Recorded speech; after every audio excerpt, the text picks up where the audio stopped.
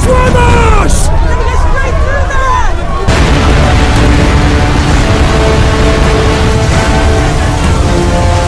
Come on! Keep moving! Hurry! Don't be afraid! Have faith! Come on! There is only one God. And he is here. With us.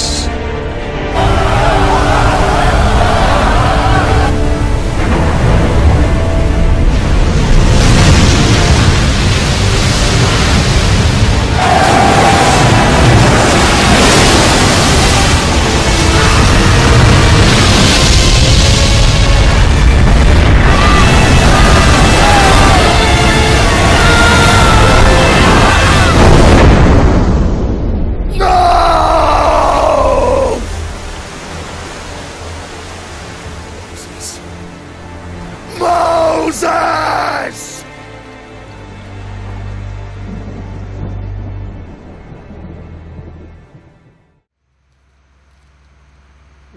దేవుణ్ణి స్పష్టంగా తెలుసుకోవడానికి మనకున్న చిన్న మానవ మెదడే సరిపోవటం లేని పరిస్థితి నిన్న మనం విన్నాం. మరి ఆయన చేసే కార్యక్రమాలు ఎంత ఉన్నతంగా ఉంటాయి. దేవుని ఆశ్చర్య కార్యాలను గురించి అసలు మాట్లాడుకోవలసిన అవసరత ఎందుకుంది? ఆయన ఆశ్చర్య కార్యాల వెనుక ఏదైనా ఉద్దేశం ఉందా? దేవుడు చేసే ఆశ్చర్య కార్యముల వెనుక మానవాళికి ఏదైనా మేలు దాగి ఉందా? దేవుని ఆశ్చర్య కార్యాలను గురించి మనం ఆలోచించగలిగితే వాటిని గురించి మాట్లాడుకోవాలి అని బైబిల్లో రాయబడిన కొన్ని సందర్భాలను మీరు చూడండి. కీర్తనల గ్రంథము 105వ అధ్యాయము మొదటి 2 వచనాలను మీరు చూడగలిగితే కీర్తనాకారుడైన దావీదు గారు రాస్తూ పరిశుద్ధాత్మ ప్రేరణతో కీర్తనల గ్రంథము 105వ అధ్యాయము మొదటి 2 వచనాలను దయచేసి చూడండి. యెహోవాకు కృతజ్ఞతాస్తుతులు చెల్లించుడి, ఆయన నామమును ప్రకటన చేయుడి, జనములలో ఆయన కార్యములను తెలియజేయుడి, ఆయనను గూర్చి పాడుడి, ఆయనను గూర్చి కీర్తించుడి, ఆయన ఆశ్చర్య కార్యములన్నింటిని గురించి సంభాషణ చేయండి, మాట్లాడండి అంటున్నాడు. సంభాషించండి. దేవుడు తాను చేసిన ఆశ్చర్య కార్యములను గురించి మాట్లాడమని తెలియజేస్తున్నాడు భక్తుడైన దావీదు గారి ద్వారా. ఎందుకు దేవుడు చేసిన ఆశ్చర్య కార్యములను గురించి మాట్లాడాలి? ఎందుకు మాట్లాడాలి అంటే దేవుని గురించి మనుషులు ఆలోచించాలి అంటే నువ్వు మాట్లాడాలి. ఈరోజు సమాజంలో దేవుడు చేసిన కార్యములు అని టీవీ ఛానల్లో కానివ్వండి, పేపర్లో కానివ్వండి, ఏదైనా కార్యక్రమం వస్తుందంటారా? తెలుగు ఛానళ్ళు మొదలుకొని డిస్కవరీ కానివ్వండి, ఎనిమల్ ప్లానెట్ కానివ్వండి, ఏఎక్స్ఎన్ కానివ్వండి, హిస్టరీ ఛానల్ కానివ్వండి,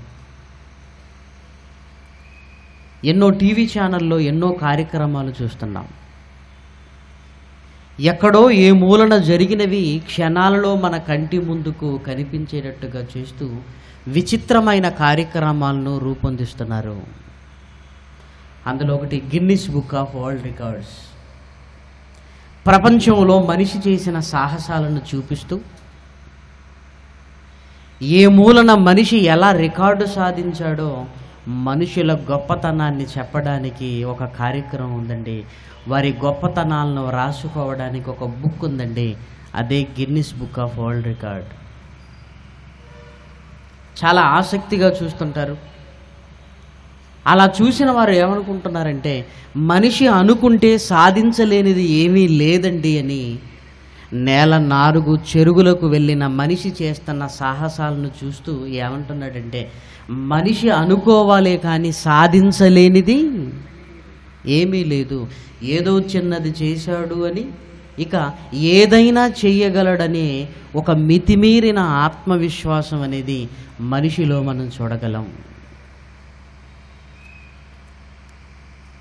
నిజంగా గిన్నిస్ బుక్ ఆఫ్ వరల్డ్ రికార్డులో ఇవి మనుషులు చేసినవి చిన్నవి అని ఎందుకు మీరు అంటున్నారు అని ఒకవేళ నన్ను ప్రశ్నించగలిగితే, అవి చూస్తున్నంతసేపు ఎంతో ఉన్నతమైనవిగా మనకు అనిపిస్తున్నాయేమో కానీ దేవుని కార్యక్రమాలతో పోలిస్తే అవి చాలా చాలా చిన్నవి, చాలా చిన్నవి, చాలా చిన్నవి. దేనిని గురించి దేవుడు మాట్లాడుకోమంటున్నాడు, మనిషి దేనిని గురించి మాట్లాడుతున్నాడు? తినే ఆహార పదార్థాలను గురించి ఫుడ్ ఫ్యాక్టరీ అని ఒక కార్యక్రమం అండి. Food factory. మీరు తినే చిప్స్ ఎలా తయారవుతున్నాయో చూడండి, అంత పెద్ద పెద్ద మిషన్స్. మీరు తినే కుకీస్ ఎలా తయారవుతున్నాయో చూడండి, ఆ పెద్ద పెద్ద యంత్రాల ద్వారా కుకీస్ తయారవుతుంటే ఆ మిషన్లు చేస్తున్న పనిని చూసి అబ్బో అంటున్నారు. నిజంగా ఈ కార్యక్రమాలు ఎందుకు పుట్టుకొచ్చాయో తెలుసా? మనిషి గొప్పవాణ్ణిగా సమాజానికి చూపించడానికి. ఈ యంత్రాలు లేక మునిపే, మనిషి నోట్లో ఆహారం పెట్టుకోక మునిపే దేవుడు ఈ ప్రకృతిలో మనకు ఆహారాన్ని ఇచ్చాడన్న సంగతిని మరిపింపచేయడానికి మనుషులు తయారు చేస్తున్న ఆహారాన్ని గురించి కార్యక్రమాలు రూపొందించి ఫుడ్ ఫ్యాక్టరీగా మన కళ్ళ ముందుకు వచ్చింది. మీకు అర్థమవుతుందో లేదో, దేవుడు చేసిన ఈ ప్రకృతిని, పంచభూతాల వైభవాన్ని, ఇదిగో ఈ గొప్పతనం దేవుడికి వెళ్లకుండా మనిషి చేసినవి మనిషి కళ్ళ ముందుకు తీసుకొని వచ్చి వాటిని గురించే మాట్లాడుకోండి అన్నట్టుగా సాతాను ఎత్తుగడ వేసినట్లుగా మీకు అర్థమవుతుంది అనుకుంటాను. దేవుడు ఎంత ఆహారాన్ని ఇచ్చాడండి మన కొరకు? దేవుడు ఎంత ఆహారాన్ని ఇచ్చాడు? ఈ ప్రకృతిలో ఎంత సంపద ఉందో మనిషి ఆలోచించగలుగుతున్నాడో? ఎక్కడో చిన్న చాక్లెట్ తయారవుతుందట, ఆ చాక్లెట్ కర్మాగారానికి తీసుకుని వెళ్ళి చూడండి ఎలా తయారవుతుందో, అద్భుతం, ఆహా ఓహో అంటుంటారు. మనిషి చేసినవి గొప్పగా మాట్లాడుకుంటున్న మానవ సమాజం వంటిది. ఆలోచించండి ప్రియమైన వారలారా. ఇదిగో బిలీవ్ ఆర్ నాట్, మీరు నమ్ముతారా లేదా? ఎక్కడో ఏదో జరిగిందంట, అది మనం నమ్మలేదట. ఆ నమ్మకం కుదరనటువంటి ఏదో సంగతులను చూపిస్తూ దేవుని గురించి మాట్లాడుకోవటం మనిషి మరిచిపోయాడు ప్రియమైన వారలారా, మరిచిపోయాడు. తన కుమారుడైన దావీదు గారి చేత రాయిస్తూ, ఇదిగో నేను చేసిన ఆశ్చర్య కార్యములను గురించి సంభాషించండి, చెప్పండి. ఎవరు మాట్లాడటం లేదేంటి?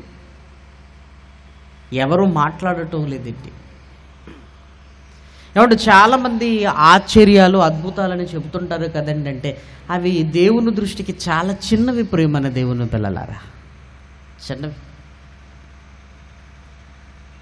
చాలా చిన్నవి. దేవుడు చేసిన మహా కార్యక్రమాలను గురించి మాట్లాడాలి.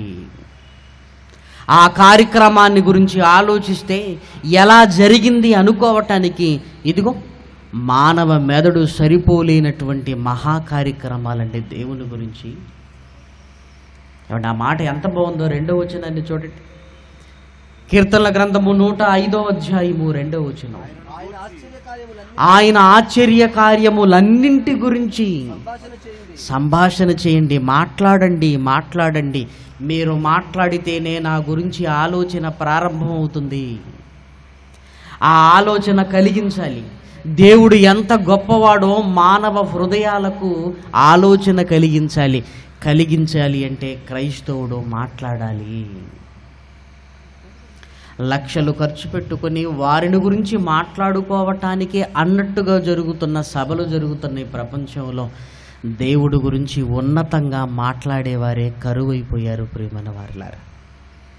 నా గురించి మాట్లాడండి, నేను చేసిన ఆశ్చర్య కార్యములను గురించి మాట్లాడండి అని దేవుడు రాసిన ఈ మాట ఇదిగో ఆయన ఆశ్చర్య కార్యాలను గురించి మనల్ని ఆలోచింపచేస్తుంది కదా. ఇదే కీర్తనల గ్రంథములో 66వ అధ్యాయము, ఇదే కీర్తనల గ్రంథములో 66వ అధ్యాయము 5వ వచనాన్ని దయచేసి చూడండి. దేవుని ఆశ్చర్య కార్యములను చూడరండి, నరుల ఎడల ఆయన జరిగించు కార్యములను చూడగా ఆయన భీకరుడై ఉన్నాడు. రండి అంటున్నాడు, రండి అంటున్నాడు, రండి దేవుని ఆశ్చర్య కార్యములు చూడరండి. ఇన్ని ఆశ్చర్య కార్యాలు ఎందుకు చేస్తున్నాడో తెలుసా? మానవాళి మేలు కొరకు. మానవాళి మేలు కొరకు అంటే ఫుడ్ ఫ్యాక్టరీలో ఒక చాక్లెట్ తయారవుతుంది. చాక్లెట్ తయారైన దాని గురించి చెబుతాడు. దానివల్ల ఎంత కాలుష్యం ఏర్పడి ప్రజల ప్రాణాలు దెబ్బతీస్తుందో, ఈ ఫ్యాక్టరీ వల్ల ఎంత కాలుష్యం వాతావరణంలోనికి చేరుతుంది అని చెప్తారా? చెప్పరు. దాని వెనకాలన్న నష్టాన్ని గురించి మాట్లాడరు. ప్రియమైన దేవుని పిల్లలారా, ఇదిగో Guinness book of world record అని చెప్తారు మనకి. ఇదిగో ఇది సాధించడానికి ఎంత కష్టపడ్డాడో చూడండి అంటారు. అదే ఫీట్ సాధించడానికి ఎంతమంది చచ్చారో ఆ లెక్కలు చెప్పు. ఆ గిన్నిస్ బుక్లో ఎక్కడానికి ప్రయత్నం చేసి ఎంతమంది చనిపోయారో ఆ లెక్కలు చెప్పగలరా? నాణానికి ఒక పార్శ్వాన్ని చూపిస్తూ రెండవ వైపు దాగి ఉన్న భయంకరమైన నిజాలను సమాధి చేస్తున్నారు. ఈరోజు కాలుష్యం పెరగటానికి ఫ్యాక్టరీలు కాదంటారా? మానవాళి తన గమ్యాన్ని మర్చిపోవటానికి ఆ బుక్ ఒకటి పుట్టించి దాని గురిలో ఎక్కాలని ఎంతమంది చచ్చిపోతున్నారో తెలుసా? కానీ దేవుడు ఏమంటున్నాడో తెలుసా? ఈ ఆశ్చర్య కార్యాలు నేను ఎందుకు చేస్తున్నాను? నా పిల్లల మేలు కొరకు. నా పిల్లల మేలు కొరకు నేను ఏ కార్యక్రమాన్ని చేసినా మానవాళి మేలు కొరకు. రండి దేవుని ఆశ్చర్య క్రియలు చూడరండి. ఈ ఆశ్చర్య క్రియలు ఎందుకని చెబుతున్నాడో చూడండి. దేవుని ఆశ్చర్య క్రియలు చూడరండి, ఆయన నరుల ఎడల జరిగించు కార్యములను చూడగా ఆయన భీకరుడై ఉన్నాడు. గొప్పవాడు. ప్రియమైన వారలారా, దేవుడు చేస్తున్న ప్రతి కార్యక్రమము చాలా ఉన్నతమైనది, చాలా ఉన్నతమైనవి. ఈ ఆశ్చర్య కార్యాలు మన కొరకే. ఎందుకు చేస్తున్నాడంటే మానవాళి మేలు కొరకు. ఎందుకు మాట్లాడుకోమంటున్నాడంటే మనిషి గురించి మాట్లాడుకుంటున్న ఈ సమాజంలో దేవుని ఉనికిని గురించి మాట్లాడుకునేవారు కరువైపోయారు. ఏ పుస్తకం రాసినా దేవుడి గురించి గొప్పగా ఉండదు. ఏ కార్యక్రమాన్ని రూపొందించినా దేవుడు అన్న పదవు లేకుండానే ఈరోజు జాగ్రత్త పడుతున్నారు. ప్రియమైన దేవుని పిల్లలారా, ఆయన ఆశ్చర్య కార్యాలు, ఆయన భీకర రూపం బైబిల్లోనికి వెళ్ళి ఆలోచిస్తుంటే దేవుడు జరిగించిన క్రియలు అనన్య సామాన్యములైనవి, మనిషికి అసాధ్యములైనవి. అసలు దేవుడు ఎలా చేశాడో కూడా తెలుసుకోవటానికి మానవ మెదడు సరిపోదు. ఆయన చేసిన ప్రకృతే మనిషిని ఇంకా ముప్పు తిప్పలు పెడుతుంది అని మొదటి ప్రసంగంలో విన్నాం. దేవుడు చేసిన ప్రకృతిని గురించి మనసు పెడితేనే ఇదిగో మానవ మెదడు ఉన్న చోట్ల ఉండకుండా ముప్పు తిప్పలకు గురవుతుందంటే దేవుడు చేసిన అద్భుతమైన కార్యాలను మనిషి ఏం వివరించగలడు? ఇది ఇలా జరిగింది, ఇది అలా జరిగింది అని. ఆయన చేసిన మహత్కార్యములను గురించి మనిషి ఆలోచించలేడు. ప్రియమైన దేవుని పిల్లలారా, అవి మనిషి ఆలోచించిన మానవ మెదడుకు అంతు చిక్కనివి. అంత గొప్ప కార్యక్రమాలు దేవుడు ఏం చేశాడండి? ఏం చేశాడు? పోనీ ఇంకా ఆశ్చర్య కార్యాలను గురించి ఎందుకు సంభాషించమంటున్నాడో మీరు చూడగలిగితే, కీర్తనల గ్రంథంలో రాయబడిన మరొక మాటను మీరు చూడగలిగితే 78వ అధ్యాయము కీర్తనల గ్రంథము 78వ అధ్యాయము 11వ వచనం చూడండి. కీర్తనల గ్రంథము 78వ అధ్యాయము 11వ వచనం. ఆయన క్రియలను ఆయన వారికి చూపిన తన ఆశ్చర్య క్రియలను చూసినా మరిచిపోయిరి. మాట్లాడుకోపోయేసరికి ఆ తర్వాత కాలంలో మరిచిపోయారు ప్రియమైన దేవుని పిల్లలారా. ధర్మశాస్త్ర గ్రంథం అని ఇంకా ఇవ్వబడిన ఆ రోజుల్లో సంభాషించండి మాట్లాడండి అని దేవుడు ఎందుకంటాడో తెలుసా? మాట్లాడకపోతే నా క్రియలు వచ్చే తరానికి తెలియవు. వారు మరిచిపోయిరి అంటే మాటల్లో లేవు. దేవుడు చేసిన ఆశ్చర్య క్రియలను గురించి ధ్యానించే పనిలో లేరు. ఇశ్రాయేలీలు మరిచిపోయారు.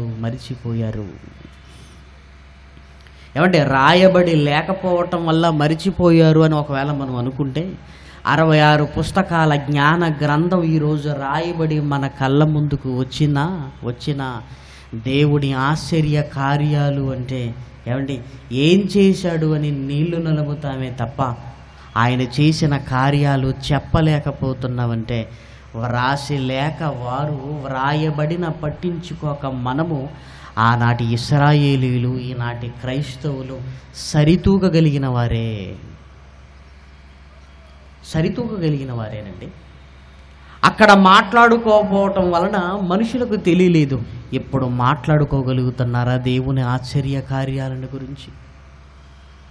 అవి ఎంత గొప్పదో ప్రజలకు వివరించేవారు కావాలి. అందుకే 4 రోజుల ఈ సభలు లోకానికి అంతుపట్టని దేవుని ఆశ్చర్య కార్యాలు మాట్లాడుకోవాలంటే మనుషులకు తెలియాలంటే దేవుని ఆశ్చర్య క్రియలను గురించి చెప్పే సభలు కావాలి ప్రేమన దేవుని పిల్లలారా. సభలు కావాలి. దేవుని కార్యక్రమాలు ఎంత గొప్పవని తెలియచేసేవారు కావాలి. ఇశ్రాయేలీలు మరిచిపోయారు అని దావీదు గ్రంథంలో కీర్తనల గ్రంథం రాసిన మాట మనం చదువుతున్నాం. మనము కూడా దేవుని ఆశ్చర్య కార్యాలు మాట్లాడకపోతే వ్రాయబడి ఉన్న ఈ సమాజానికి దేవుని గొప్పతనం తెలియదు. ఏమంటే మనిషి గొప్పతనం వినలేక ఎవరు చూసినా ఏమంటే నేను సామాన్యుని కాదండి అంటే దేవుడే చిన్నవాడు, ఇప్పుడు ఈయన గురించి మనం వినాలి అన్నట్టుగా ఏ మనిషిని కదిలించినా వారి గురించి గొప్పతనాన్ని మాట్లాడుకోవటం మనిషికి అలవాటైపోయింది. తన గురించి తాను చెప్పుకోకుండా ఉండలేడు. ఇదిగో తనను చిన్న చూపు చూస్తే తట్టుకోలేడు.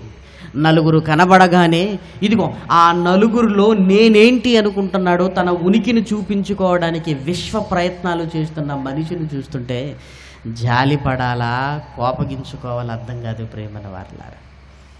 చూసారా మనిషికున్న తాపత్రయం? నలుగురిలో నేను పడాలి, నా పేరు నలుగురు నోట్లో నానాలి, నేనంటే ఏంటో తెలియాలి. 6 అడుగులు 60 కేజీల మాంసపు ముద్ద, నువ్వు చేయగలిగినవి చాలా చిన్నవి, నీకే ఇలా ఉంటే దేవుడు చేసిన కార్యక్రమాలు సమాజానికి తెలియాలని దేవుడు ఎంత కోరుకుంటున్నాడో తెలుసా? అది ఎందుకు? మానవాళి మేలు కొరకే ప్రియమైన దేవుని పిల్లలారా. మనుషులు మాట్లాడుతున్న 100 మాటల్లో ఏమండి ఒక 5 మాటలు దేవుడి గురించి మాట్లాడుకుంటున్నాడా? మాట్లాడుతున్న 10 మాటల్లో ఒక మాట దేవుడు అన్న మాట వస్తుందా? లేదు. నేను నేను నేను నేను అన్నాడు అంతే. అంటే మనిషికి తన ఉనికిని చూపించుకోవటం ఇదిగో ఇష్టమైన ఈ కాలాలలో దేవుని గొప్పతనాన్ని గురించి తెలియచేయాలి ప్రేమన దేవుని పిల్లలారా. ఆయన చేసిన ఆశ్చర్య కార్యాలు ఏంటో, ఆయన చేసిన ఆశ్చర్య కార్యాలు మనకు ఎలా అంతుపట్టవో బైబిల్ గ్రంథంలోనికి వెళ్ళి ఆలోచించగలిగితే మనందరికీ తెలిసినదైనా ఇప్పుడు ఒక్కసారి మీ మెదడుకు పనిపెట్టి ఆలోచించగలిగితే దేవుడు చేసిన కార్యాలు ఎప్పటికీ మన మెదడును తొలిచే విధంగానే ఉంటాయి ప్రియమైన వారలారా. ఆ సందర్భం ఏంటో బైబిల్లో మీరు చూడగలిగితే నిర్గమాకాండము 14వ అధ్యాయము, నిర్గమాకాండము 14వ అధ్యాయము. దయచేసి చూడండి, నిర్గమాకాండము 14వ అధ్యాయము 9-10 వచనాలు. ఐగుప్తీయులు అనగా ఫరో రథముల గుర్రములన్నీయు, అతని గుర్రపు రౌతులు, అతని దండును వారిని తరిమి బయల్సోఫోను ఎదుటనున్న పీహాహీరోతునకు సమీపమైన సముద్రము దగ్గర వారు దిగియుండగా వారిని కలుసుకొనిరి. ఫరో సమీపించుచుండగా ఇశ్రాయేలీలు కన్నులెత్తి ఐగుప్తులు తమ వెనుక వచ్చుట చూచి మిక్కిలి భయపడి యెహోవాకు మొరపెట్టిరి. క్రీస్తుకు పూర్వం 1500 సంవత్సరాల క్రితం మోషే మహానాయకత్వంలో ఇశ్రాయేలు ఐగుప్తును విడిచిన సందర్భం.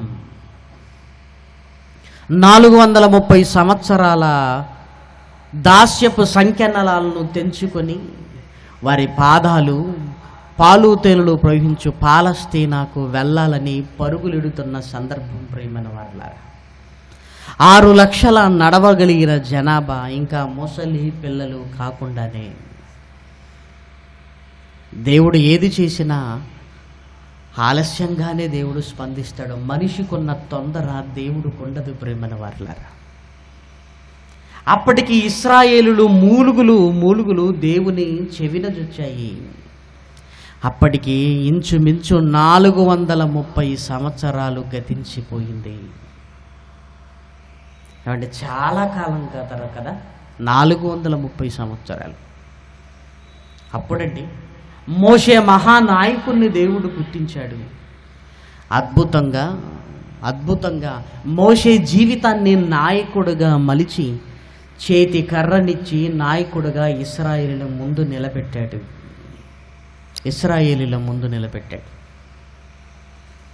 ఫరో ఇశ్రాయేలును పంపించడానికి ఎన్నో మహత్కార్యములు, సూచక క్రియలు ఐగుప్తు పాలెములో జరిగించాడు.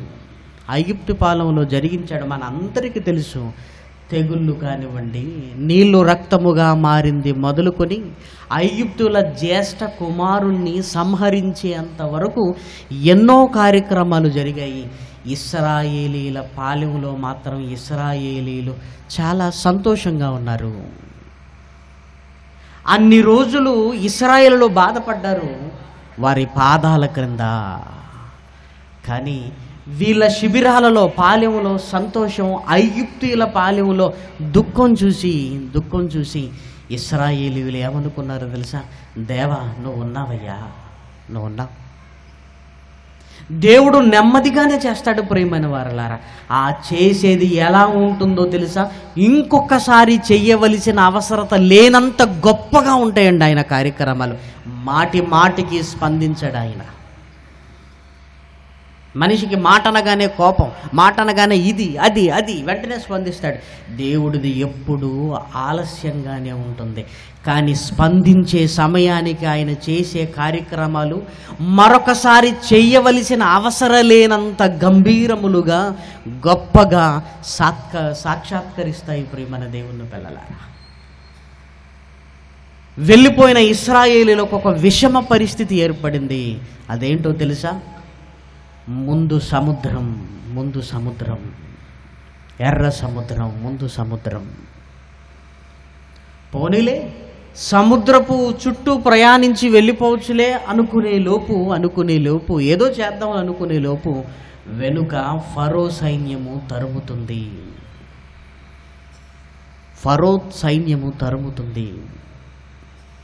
ముందు విపత్తు మహాసముద్ర రూపంలో ఉంది ప్రియమైన దేవుని పిల్లలారా. వెనుక ఫరో రథాలు, గుర్రపు డెక్కల చప్పుళ్ళు, ఆ రథ శబ్దాల చప్పుళ్ళు, ఫరో ఇనుప రథాల శబ్దం. ఇశ్రాయేలులకు ఏం చెయ్యాలి పాలు పోవట్లేదు. ఉక్కిరి బిక్కిరవుతున్నారు. ఏం చెయ్యాలి వాళ్ళకి అర్థం కావటం లేదు ప్రియమైన దేవుని పిల్లలారా. ఆ భయాందోళన మధ్య ముందు వెనక చూసుకుంటున్న వారికి ఇక ఏమనిపిస్తుందో తెలుసా? గుండెలు జారిపోయాయి. ఈ సముద్రాన్ని చూస్తున్నారు. ఈ సముద్రాన్ని దాటుకొని ఎలా వెళ్ళగలము? వారికి దారి కనిపించటం లేదు. ఆలోచన రావటం లేదు.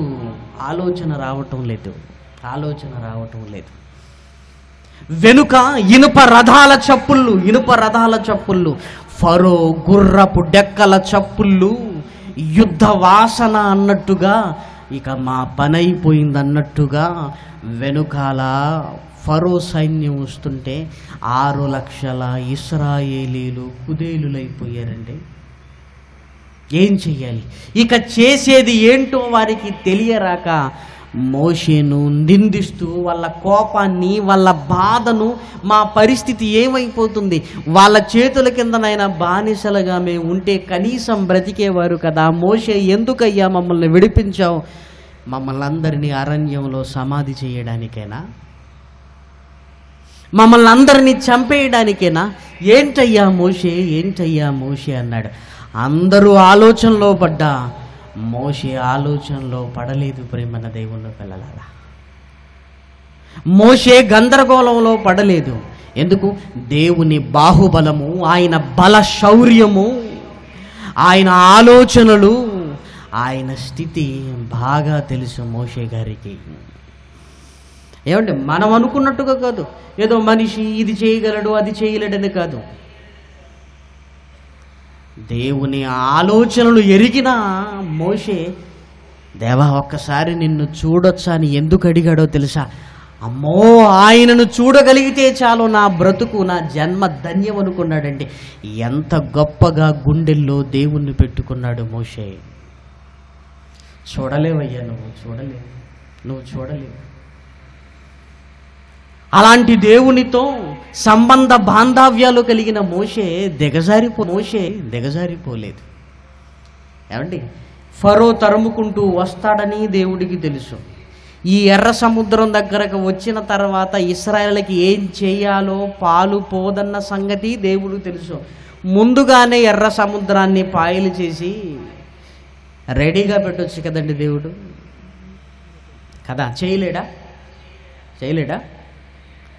చెయ్యలేడు, చేత కాదు, ఆయన వల్ల కాదు, ఇప్పుడు కుదరదు, ఈ పదాలు దేవుని డిక్షనరీలో లేవు, మనుషులు రాసుకున్న డిక్షనరీలో ఉన్నవి.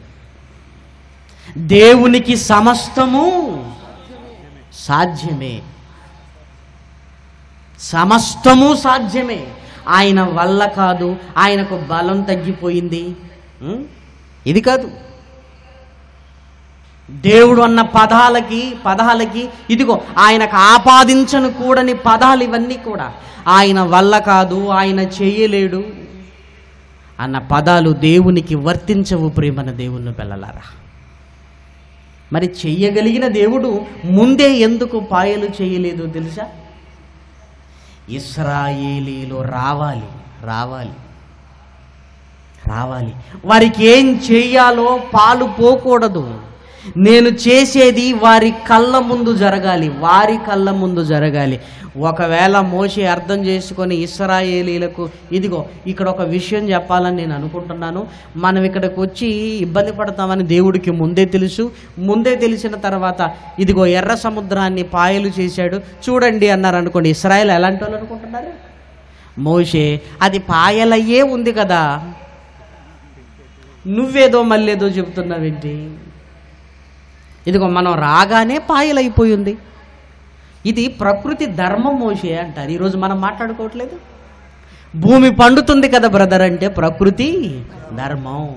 సూర్యుడు వస్తున్నాడు కదా బ్రదర్ రోజు అంటే ఇది ప్రకృతి ధర్మమే.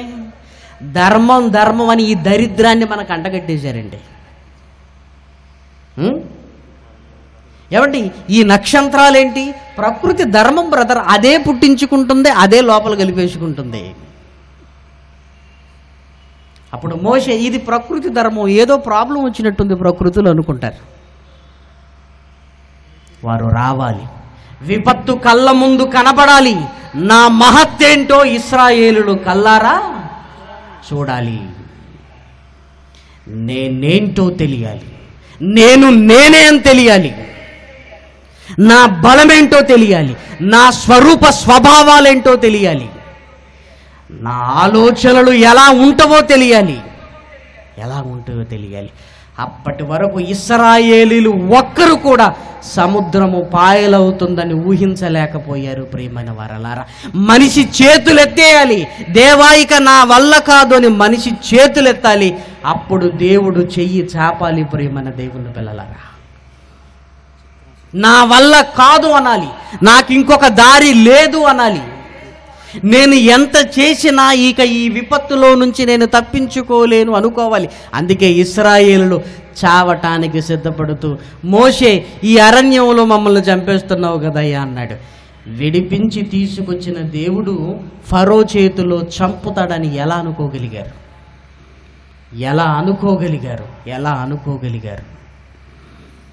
ఫరో పరిగెత్తుకుంటూ వస్తున్నాడు. అప్పుడు జరిగిన కార్యక్రమాన్ని ఆలోచిస్తే ప్రేమన దేవుని పిల్లలారా, మహాసముద్రము ఎర్ర మహాసముద్రము పాయలైపోయింది. ఇశ్రాయేలీలకు గుండె జారిపోయింది. నిజంగా ఆ మాటలు చూస్తుంటే ఎంత ఆశ్చర్యకరంగా రాయబడ్డాయి చూడండి. 14వ అధ్యాయము 22వ వచనము, నీళ్లు విభజింపబడగా ఇశ్రాయేలీలు సముద్రము మధ్యను ఆరిన నేల మీద నడిచెరు. ఆ నీళ్లు వారి కుడి ఎడమ ప్రక్కలను వారికి గోడవలి ఉండెను.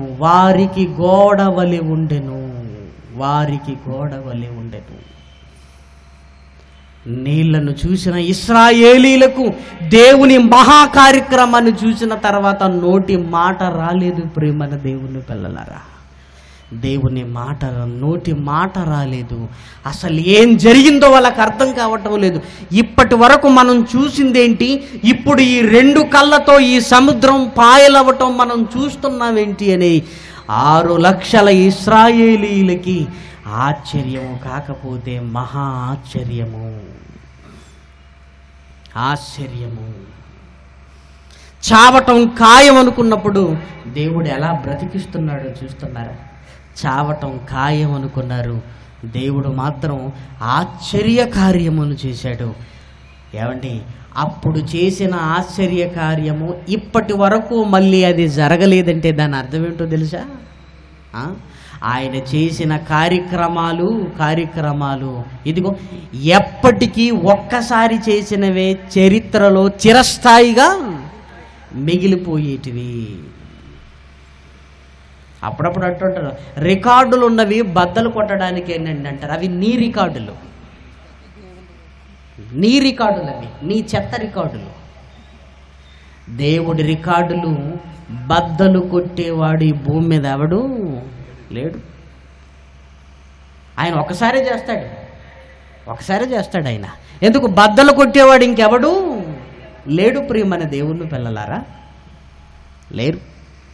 బైబిల్ గ్రంథంలో ఎన్ని చోట్ల చూసినా దేవుడు ఎర్ర సముద్రాన్ని పాయలు చేసిన వైనాన్ని గురించి మాట్లాడుతున్న మాటలు చూస్తుంటే చాలా ఆశ్చర్యకరంగా ఉంటాయి. ప్రియమైన వారలారా, అదేదో నీ కళ్ళ ముందు జరిగినట్టుగా ఇప్పుడు కాదు, సముద్ర తీరానికి వెళ్ళి ఏ రోజైనా ఇలాంటి సముద్రం పాయలైంది అనుకున్నప్పుడు నీకు అర్థమవుతుంది. ఇందాక క్లిప్పింగ్లో చూసాం మనం. ఆ క్లిప్పింగ్లు 10 కమాండ్మెంట్స్ అనే ఒక సినిమా తీశారు.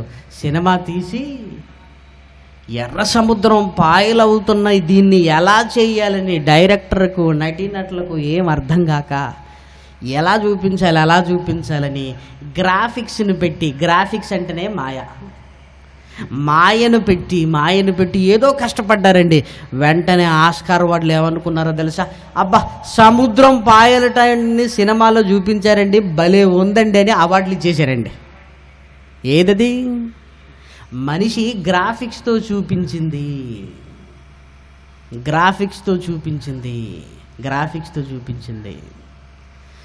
నిజంగా దేవుడు చేసిన కార్యక్రమాన్ని ఈ కళ్ళతో మనం చూసుంటేనండి, ఆ నీళ్లు రాశిగా నిలబడ్డప్పుడు కొన్ని నీళ్లు తీసి మన మొహం మీద జల్లి మళ్ళీ మనల్ని లేపాలి. ఎందుకు? నడవటానికి కూడా ఇంకా శక్తి ఉంటుందండి. దేవానికి కింద పడిపోతాం మనం అంతే. ఇంకా ఈరోజు చూడగలిగామంటే, ఈరోజు చూడగలుగుతున్నామంటే జస్ట్ గ్రాఫిక్స్ అంతే. అదే గొప్పదని మీరు అనుకుంటున్నారా?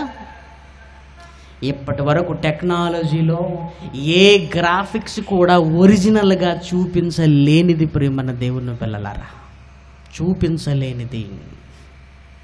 ఆయన చేసిన ఆశ్చర్య కార్యమునకు ఇశ్రాయేలీయులకు ఏం మాట్లాడాలో అర్థం కావటం లేదు.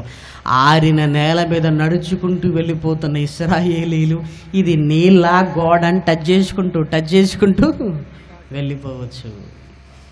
నిజంగా వస్తాయా? అసలు ఏంటి? ఏం జరుగుతుంది?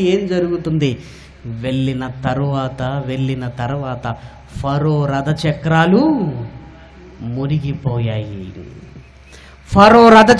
మునిగిపోయాయి. అంటే బైబిల్లో ఉంటున్న ఈ సన్నివేశాలన్నీ ఇదిగో పురావస్తు శాఖలో ఒక అనుభవం కలిగిన వ్యక్తి వీటి మీద ఆరాలు తీస్తున్నాడు. ఎర్ర సముద్రంలో ఫరో రథాలు మునిగిపోయాయి కదా, వాటి ఆనవాళ్ళు ఏమైనా ఉన్నవా అని ఎర్ర సముద్రము అడుగు భాగములోనికి వెళ్ళాడు. ఎర్ర సముద్రము అడుగు భాగంలోనికండి ఆయన ఏమంటున్నాడు తెలుసా? నాకు ఎన్నో ఇబ్బందులు వచ్చాయి, ఇవన్నీ నేను బయట పెడుతున్నానని నాకు ఎన్నో ఇబ్బందులు వచ్చాయి. ప్రాణాలు సైతం నేను లెక్క చేయలేదు. అయినా చాలాసార్లు వెళ్ళాను. కానీ ఏం జరిగిందో తెలుసా? ఇప్పటికీ ఎర్ర సముద్రంలో ఫరో రథాల చక్రాల తాలూకు అవశేషాలు, ఆ చక్రాలు ఇంకా ఎర్ర సముద్రంలో ఉన్నవని తెలియజేశాడు నేషనల్ జియోగ్రఫికల్ ఛానల్లో. స్టిల్ ఇప్పటికీ క్రీస్తుకు పూర్వం 1500 సంవత్సరాల క్రితం మోషే గారి నాయకత్వంలో ఇశ్రాయేలులు దాటారనటానికి దేవుడు వేటిని రుజువులుగా పెట్టాడో తెలుసా?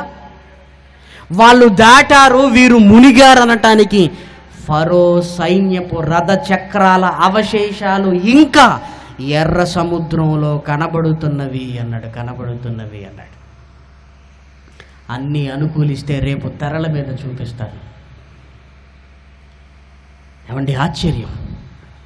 అవన్నీ బయటికి తీసుకొని రావాలంటే కొన్ని వేల కోట్ల రూపాయల ఖర్చు అవుతుంది. కొన్ని వేల కోట్ల రూపాయల ఖర్చు అవుతుంది. దేవుడు చేసిన కార్యక్రమాలు ఏదో మాట్లాడుకొని మరిచిపోయేటివి కాదు ప్రియమైన దేవుని పిల్లలారా.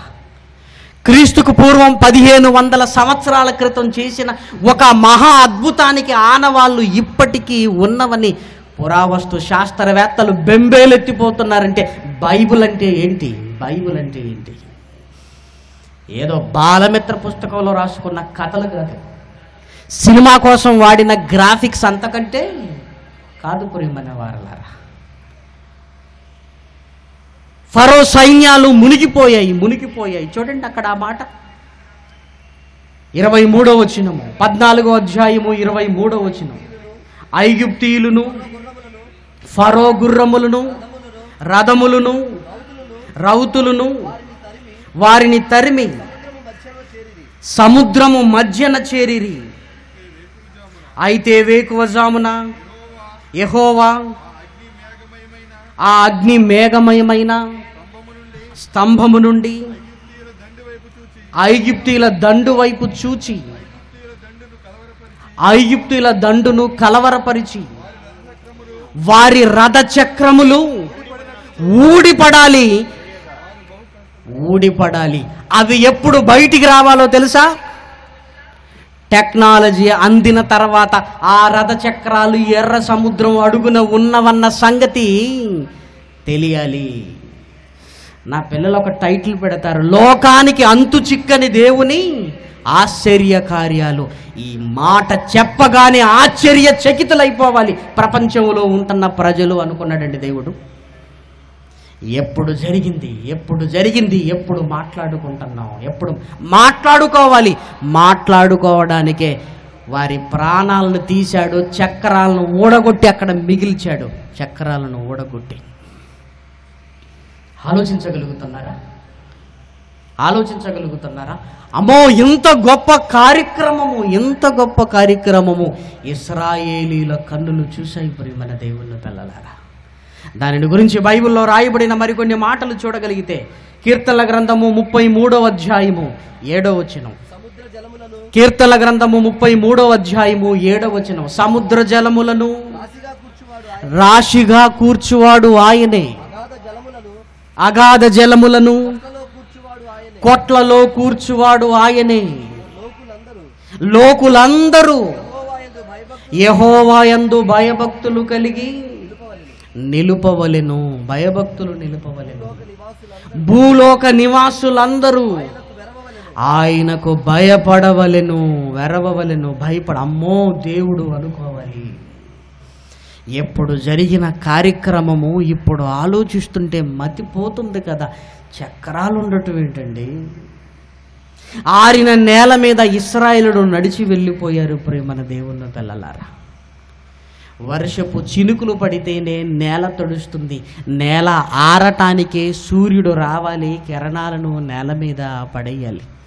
తడిచిన నేల ఆరటానికే కొన్ని గంటలు పడుతుంటే సముద్రం అండి, సముద్రం, నీటితోనే ఉన్న సముద్రం పాయలైపోయింది. నీటితోనే ఉన్న సముద్రం. ఎందుకు? ఈ మహా కార్యక్రమాన్ని ఇదిగో నా పిల్లలు చూడాలి, ఆ తర్వాత నా పిల్లలు వ్రాయబడింది చూడాలి అన్నాడు. లోకానికి అంతు పట్టగలదా? ఇదిగో ఎర్ర సముద్రం పాయలైంది, అంతు చిక్కగలదా? చెప్పండి ప్రియమైన దేవుని పిల్లలారా. ఎలా జరిగింది? జుట్టు పీక్కోవటం తప్ప లాభమేమీ లేదు. ఎందుకంటే దేవుడు చేసే మహా కార్యక్రమాలు ఇవన్నీ కూడా మహా కార్యక్రమాలు. జలములను రాశిగా గోడగా, జలములను రాశిగా గోడగా ఆయన పెట్టాడు.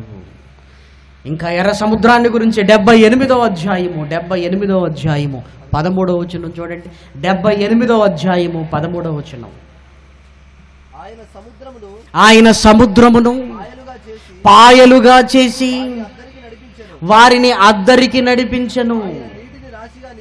ఆయన నీటిని రాశిగా నిలిపెను.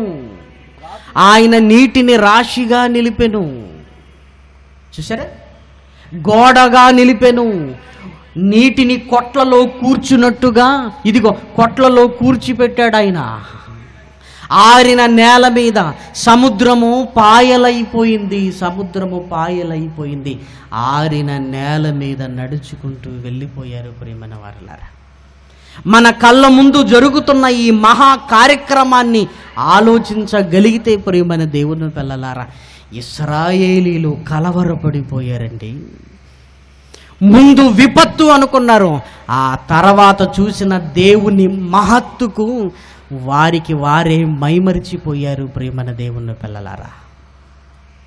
వారికి వారే ఏం మాట్లాడాలి, ఏం ఆలోచించాలి, వారికే అంతు పట్టలేదు, అంతు చిక్కలేదు. ఏమంటే మనకేమర్థమవుతుంది చెప్పండి? లోకానికి ఏమర్థమవుతుంది చెప్పండి? దేవుడు చెయ్యగలడు అని నమ్మటం తప్ప ఇంకేం ఆలోచించగలం చెప్పండి ప్రియమైన దేవుని పిల్లలారా. ఏం ఆలోచించగలం చెప్పండి? ఏం ఆలోచించగలం? రాశిగా ఏమండి ఇప్పుడు బాగా ఆలోచించగలిగితే ఎర్ర సముద్రం పాయలైందన్న సంగతే అంతు చిక్కదు అనుకున్నప్పుడు అసలు ప్రారంభంలో ఈ సృష్టిని ఎలా చేశాడని మీరు ఆలోచించగలిగితే, ఇదిగో జలముల మధ్య విశాలం కావాలి, ఆ జలములు అటు వెళ్ళిపోవాలి, ఈ జలములు ఇటు వెళ్ళిపోవాలి. అక్కడ ఆకాశం, అక్కడే ఈ విశ్వం. జలాలను ఆదికాండంలోనే పాయలు చేశాడు. ఇదిగో విశాలాన్ని కలిగించి అందులో ఈ సృష్టిని కలిగించాడు. ఆ జలాల గురించి మనకు అంతగా అర్థం కాదని దేవుడు ఇదిగో ఈ భూమి మీద ఉంటున్న జలాలను ఇదిగో పాయలు చేసి చూపించాడు ప్రేమన దేవుని పిల్లలారా. పాయలు చేశాడు. ఇంకా చూడగలిగితే యెషయా గ్రంథంలో రాయబడిన మరొక అద్భుతమైన మాటను మీరు చూడగలిగితే 43వ అధ్యాయం 43వ అధ్యాయము 15-16 వచనాలు. యెహోవానగు నేనే మీకు పరిశుద్ధ దేవుడను, ఇశ్రాయేలు సృష్టికర్తనగు నేనే మీకు రాజును, సముద్రములో త్రోవను కలుగజేయువాడును, వడిగల జలములలో మార్గము కలుగజేయువాడును. వడిగల జలములలో మార్గము కలగజేయువాడు. మార్గము అసాధ్యము. సముద్రాన్ని ఈదుకుంటూ వెళ్ళటం అసాధ్యము. కానీ మార్గాన్ని సుసాధ్యం చేసి అద్దరికి నడిపించాడు ప్రియమైన దేవుని పిల్లలారా. త్రోవను కలగజేసిన వాడును నేను, మార్గమును కలగజేసిన వాడును నేను అంటున్నాడు. నేనే అంటున్నాడు. ఆయన చెయ్యి చేసిన ఆశ్చర్య కార్యములు చూడరండి ప్రియమైన వారలారా. మహాదేవుడు చేసిన మహా ఆశ్చర్య కార్యములను ధ్యానించడానికి మొదలు పెట్టండి. లోకానికి అంతు చిక్కదు. ఏమండి, ఎప్పుడో ఇశ్రాయేలుల జీవితంలో జరిగింది కదండి అని ఒకవేళ మీరు అనుకుంటే, ఆ తర్వాత జరిగిన మహా ఆశ్చర్య కార్యముల గురించి మనం మనసు పెట్టగలిగితే అంతకంటే మహా అద్భుతం జరిగింది ప్రియమైన దేవుని పిల్లలారా. ఏంటో ఆలోచిస్తున్నారా?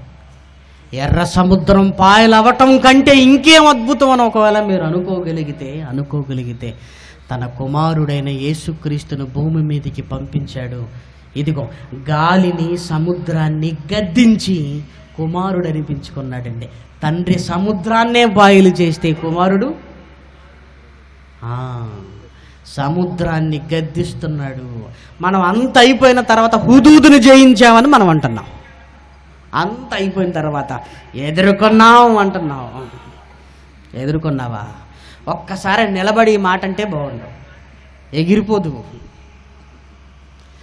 యేసుక్రీస్తు శిష్యులారా, ఇప్పుడు కాదులే కానీ ఒక 4-5 అవర్స్ తర్వాత వచ్చి నేను ఆపుతానులేండి అనలేదు ఆయన. మత్తయి సువార్త 8వ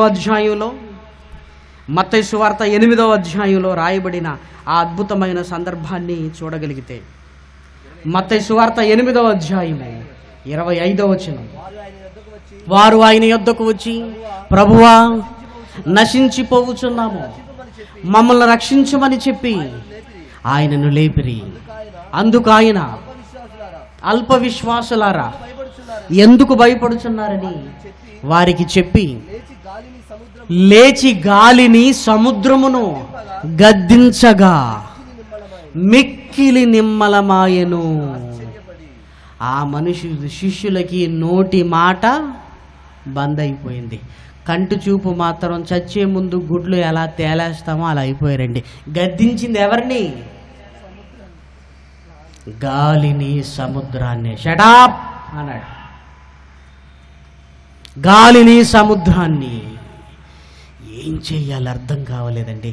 అప్పుడు ఆయన చేసిన కార్యములను చూసి ఆశ్చర్యపోవటం శిష్యుల వంతైంది ప్రియమైన దేవుని పిల్లలారా. శిష్యుల వంత అయిపోయింది. ఏంటి ఏంటి ఏంటి ఏంటి తండ్రి సముద్రాన్ని పాయలు చేస్తే తండ్రికి తగ్గ తనయుడుగా ఇదిగో సముద్రాన్ని గాలిని గద్దించేశాడు. మిక్కిలి నిమ్మలమైంది. అదే అనుకుంటున్నారా? యేసుక్రీస్తు ద్వారా దేవుడు చేసిన మహామేలండి. ఇశ్రాయేలులు వెళ్ళటానికి, పాలస్తీనా దేశానికి వెళ్ళటానికి సముద్రం అడ్డైతే, ఈరోజు ప్రపంచ మానవాళి పరలోకానికి వెళ్ళటానికి అడ్డుపడింది సముద్రం కాదు ప్రియమైన దేవుని పిల్లలారా, మనిషి పెంచి పోషించిన పాపం.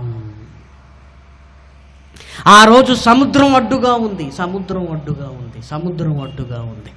ఈరోజు మానవాళికి, మహాలోకానికి వెళ్ళనివ్వకుండా అడ్డుపడుతున్నది పాపం. అడ్డుపడుతుంది. ఒకవైపు అరణ్యం, మరొక వైపు సముద్రం అన్నట్టుగా, ఒకవైపు ఫరో సైన్యం అన్నట్టుగా ఈరోజు మనిషి జీవితాన్ని ఆలోచిస్తే ఒకవైపు రంగుల లోకం, మరొక వైపు వెనక్కి లాగే సాతానుడు. ఒకవైపు సాతానుడు వెతుకుతూ తిరుగుతున్నాడు, మరొక వైపు రంగుల లోకం.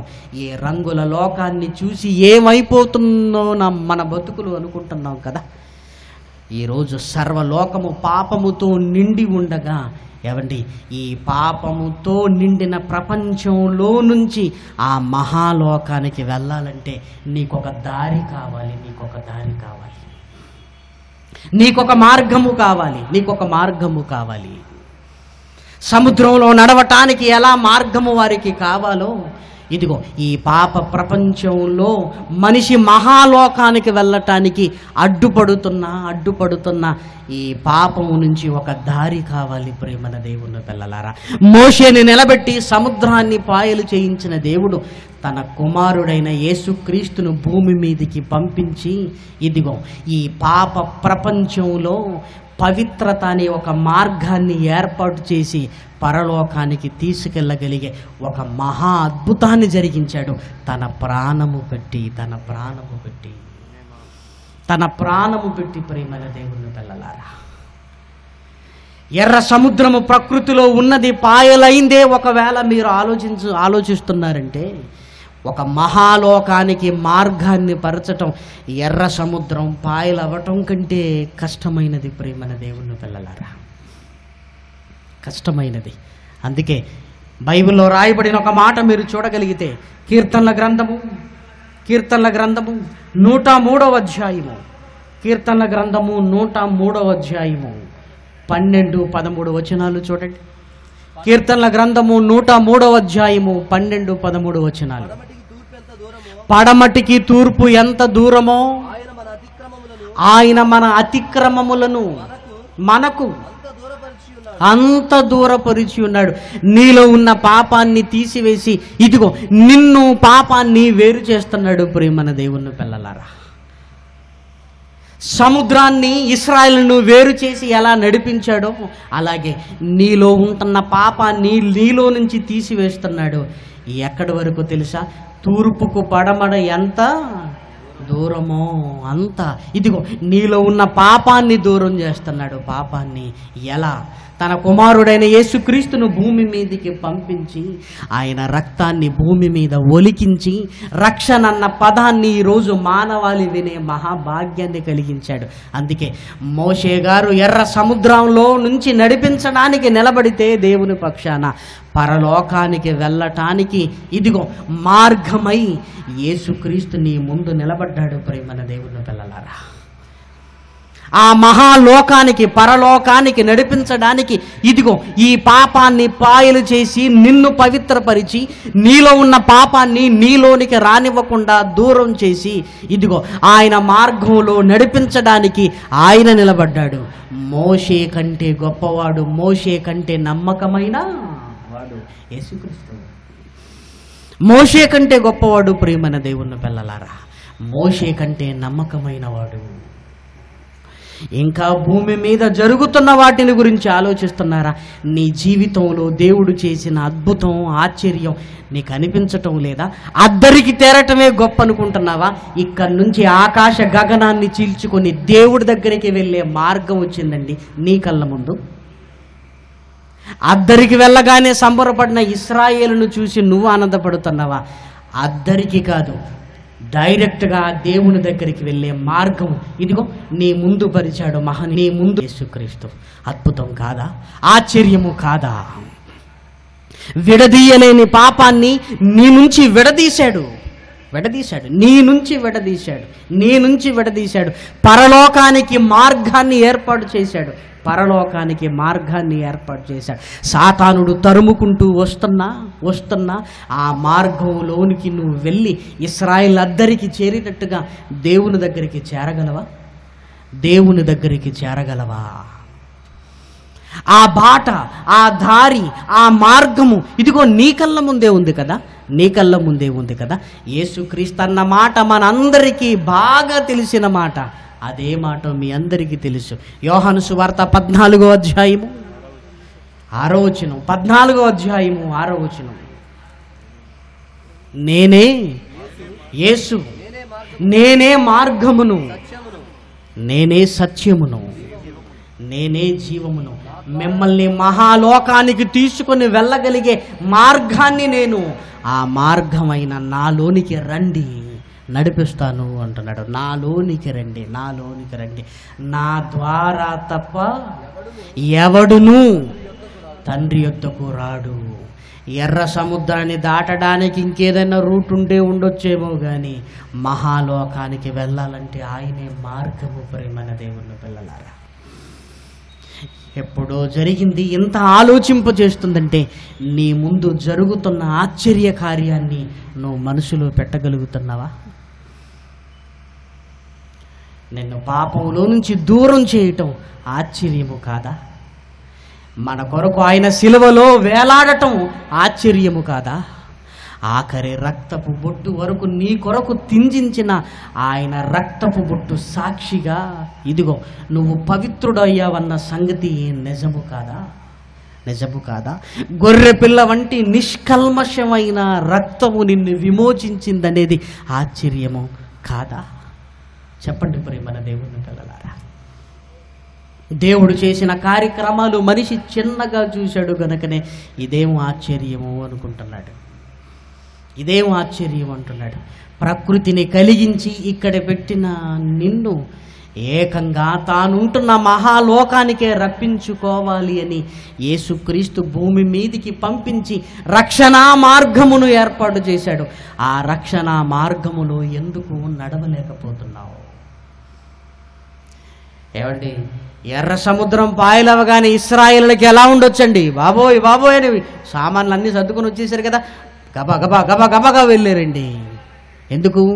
వెనకాల ఫరో సైన్యము, వెనక సాతానుడు నిన్ను లోకంలో మాయ చేస్తుంటే రక్షణా మార్గం నీ ముందు పరిచబడితే రాకుండా ఎందుకు వెనక్కి వెళ్ళిపోతున్నావు? చెప్పు, ఎందుకు వెనక్కి వెళ్ళిపోతున్నావు? దేవుడు నీ పట్ల చేసిన, దేవుడికి నీ పట్ల ఉన్న ఆలోచన, దేవుడు ఏది చేసినా నీ మేలు కొరకేనయ్యా చేస్తున్నాడు, నీ మేలు కొరకే. ఆ మహానుభావుడు మనల్ని కావాలనుకున్నాడు చూసారా? అంతకంటే మనకు అదృష్టం ఏముంది చెప్పు? మహా ఆకాశమును పట్టజాలనంత గొప్పవాడు నిన్ను కావాలనుకుంటున్నప్పుడు నీకు దేవుడు వద్దా? యేసుక్రీస్తు ద్వారా ఆయన పరిచిన మార్గం వద్దా? మార్గం వద్దా? సముద్రంలో పడతావా? పోయి సముద్రంలో పడతావా? మార్గంలో నడవలేవా? ఈ లోకం అనే రంగుల ప్రపంచంలో పడిపోతావా? ఎంతకాలం? ఎంతకాలం? ఫరో వచ్చినప్పుడు బాగానే వచ్చాడండి, దాటుతున్నప్పుడు తెలిసింది మళ్ళీ ఇక్కడి నుంచి నేను బయటికి వెళ్ళలేనన్న సంగతి. రక్షణ మార్గంలో నువ్వు వెళ్ళడానికి సంశయిస్తున్నావంటే నిన్ను ఈ లోకం ముంచేస్తుంది. జాగ్రత్త, నిన్ను ఈ లోకం ముంచేస్తుంది. ప్రియమైన దేవుని పిల్లలారా, ఆలోచించు. రక్షణ మార్గముగా యేసుక్రీస్తు నీ కళ్ళ ముందు కనపడుతున్నాడు. ఆయన రక్త తర్పణ నీకు తరుణాన్ని ఇచ్చింది, మహాభాగ్యాన్ని నీకు కల్పించింది. ఇప్పుడు చెప్పండి, పరలోకానికి రక్షణ మార్గాన్ని ఏర్పాటు చేసిన యేసుక్రీస్తు ద్వారా దేవుడు చేయించినది గొప్ప కార్యక్రమం. భూమి మీద ఎర్ర సముద్రం పాయలేకపోయి ఇక్కడి నుంచి అద్దరికి వెళ్ళింది గొప్పదా? చెప్పండి ప్రియమైన వారలారా. అదే గొప్పదని మీరు అనుకుంటే దానికంటే ఇంకా గొప్పది నీ జీవితంలో దేవుడు చేశాడు కదా. ఏది ఆశ్చర్య కార్యమో, ఏది కాకూడదో, ఏది మాట్లాడకూడదో తెలియలేదు ఈ సమాజానికి. అందుకే నా ఆశ్చర్య కార్యములను గురించి జనములలో సంభాషించుడి అన్నాడు. అందుకే రమ్మంటున్నాడు దేవుడు. ఆయన ఆశ్చర్య కార్యములు చూడ రండి రండి రండి అంటున్నాడు, రండి అంటున్నాడు. రేపు ఏ సంగతిని దేవుడు మళ్ళీ వినిపించాలనుకున్నాడో అందరూ మళ్ళీ రేపు కలుసుకుందాం, ప్రార్థన చేసుకుందాం. అగాధ జలములు కల సముద్రమును ఇంకిపోజేసిన వాడవు నీవే కదా. విమోచించబడిన వారు దాటిపోవునట్లు సముద్ర అగాధ జలములను త్రోవగా చేసిన వాడవు నీవే కదా. శతాబ్దాల తరబడి ఈ తీరమును ఇజ్రాయేలీయులు ఎర్ర సముద్రాన్ని దాటిన స్థలమని పిలుస్తున్నారు. నేడు ఇది నైవేబాగా గూగుల్ ఎర్త్లో చూడగలము. పురాతన పటములో ఈ తీరాన్ని న్యూ యబా అల్ మ్యూజియే ఈన్హా అను పేరుతో పిలుస్తారు.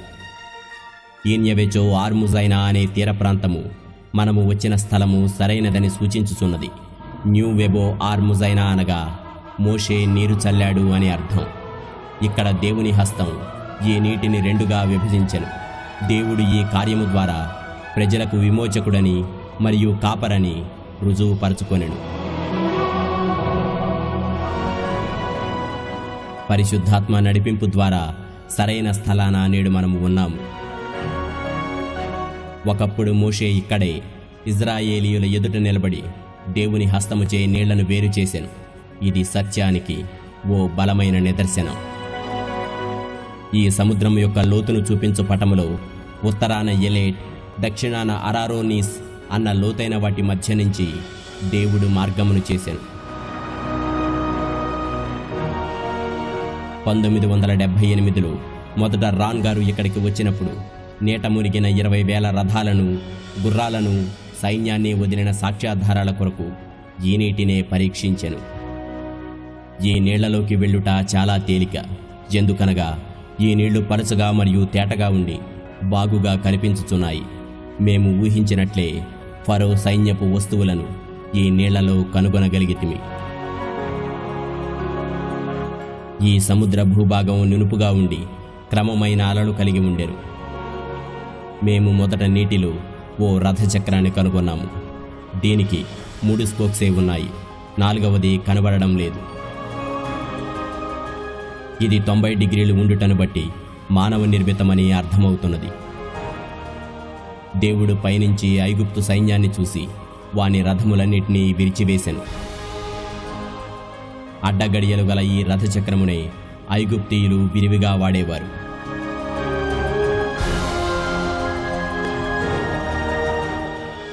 ఐగుప్తీయులు రథము యొక్క మధ్య ఇరుసును సామాన్యంగా ఇనుపలోహంతో చేసేవారు. లోహ నిర్ధారణ యంత్రముల ద్వారా రథపు ఇరుసులను కనుగొనిరి. అవి ఇప్పుడు నాచుతో కప్పబడి ఉన్నవి. ఇక్కడ ఇంకొక రథచక్రము, దానికి 3 అడ్డగడియలు కలవు. మధ్యలో ఇరుసు అతుకబడి ఉన్నది. దీనిపై సముద్రపు ఖనిజము కప్పబడి ఉన్నది.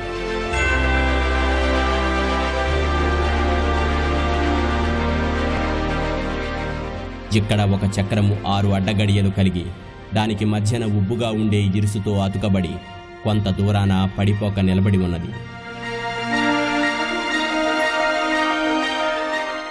రాన్ వయాట్ గారు అనేకసార్లు నీటి అడుగు భాగమునకు పోయి పరిశోధించిరి. ఒక రథము యొక్క ఆకారమును, అనేక మానవ నిర్మితాలను కనుగొనిరి. ఇంకొక గుండ్రటి రథచక్రము కనుగొనిరి. గుర్రాల యొక్క అవశేషాలను కూడా కనుగొనెను. ఒక చెక్కిపోయిన గుర్రపు డెక్కను కనుగొనిరి. మీకు తెలుసా, ఈ రోజులలో గుర్రాలు అక్కడ కానరావు. మానవ అవశేషములు కూడా కనుగొనబడెను. సముద్ర ఖనిజమైన పగడాలతో కప్పబడిన ఎముక. ఇవి మానవ ఎముకలుగా పరిశోధనాశాల నిర్ధారించెను. ఇతర ఎముకలు కూడా కనుగొనబడ్డాయి. వీటిని చీలగొట్టగా ఖనిజ మధ్య భాగమున ఎముక ఉన్నది. 1978లో యాట్కారు ఒక చక్రము ఇరుసుతో సహా నీటిలో ఉండగా కనుగొని దానిని మొదటిసారిగా ఫోటోలు తీసిరి. నిర్గమకాండపు సమయం 18వ వంశములో మాత్రమే 8 స్పోక్ల చక్రము ఉపయోగించబడెను. దీనికి ఒక స్పోక్ తక్కువగా ఉండెను. ఎర్ర సముద్రం దాటు స్థలమున ఒక రథచక్రము బంగారు పూతతో 4 అడ్డగడియలు కలిగి ఉంది. బైబిలు ప్రకారం 600 గొప్ప రథములు ఇజ్రాయేలు పిల్లల్ని తరిమెను. ఈ మానవ నిర్మిత వస్తువులు 200 అడుగుల లోపల ఉన్నాయి. వీటిని పైకి తెచ్చుటకు అధునాతన పరికరములు ఉపయోగించవలసి ఉండును. నేడు అవి ఎక్కడ చూచిరో అక్కడే అవి నిలిచి ఉన్నాయి. ఆధ్యాత్మిక నడిపింపు ద్వారా మనము సరైన స్థలములో ఉన్నామని రుజువవుతున్నది. మోషే ఇజ్రాయేలీయులలో ఒకప్పుడు ఇక్కడ నిలిచెను. దేవుని హస్తముతో వారి ఎదుట నీళ్లను పాయలుగా చేసెను. ఎర్ర సముద్రము దాటు స్థలమున ఇటువైపు రథపు భాగములు ఉన్నట్లుగానే అటువైపున మానవ నిర్మితములు ఉండవచ్చును. నైవేబాకు అవతలి భాగమున ఎర్ర సముద్రంపై అరేబియా వారు కూడా పరిశోధనలు జరిపిరి. వారి పరిశోధనల్లో నైవేబాకు ఆవల అరేబియా నీళ్లలో సుందరమైన గుండ్రపు రథచక్రముల నమూనాలను మధ్యన ఉబ్బెత్తుగా ఉన్నది కనుగొనిది. బైబిలు చెప్పిన ప్రకారం ఎర్ర సముద్రం దాటుటకు సీనాయి కొండపై నుంచి క్రిందకు దిగిన మిథ్యాను స్థలమే అని నిర్ధారించుటకు రుజువై ఉన్నది.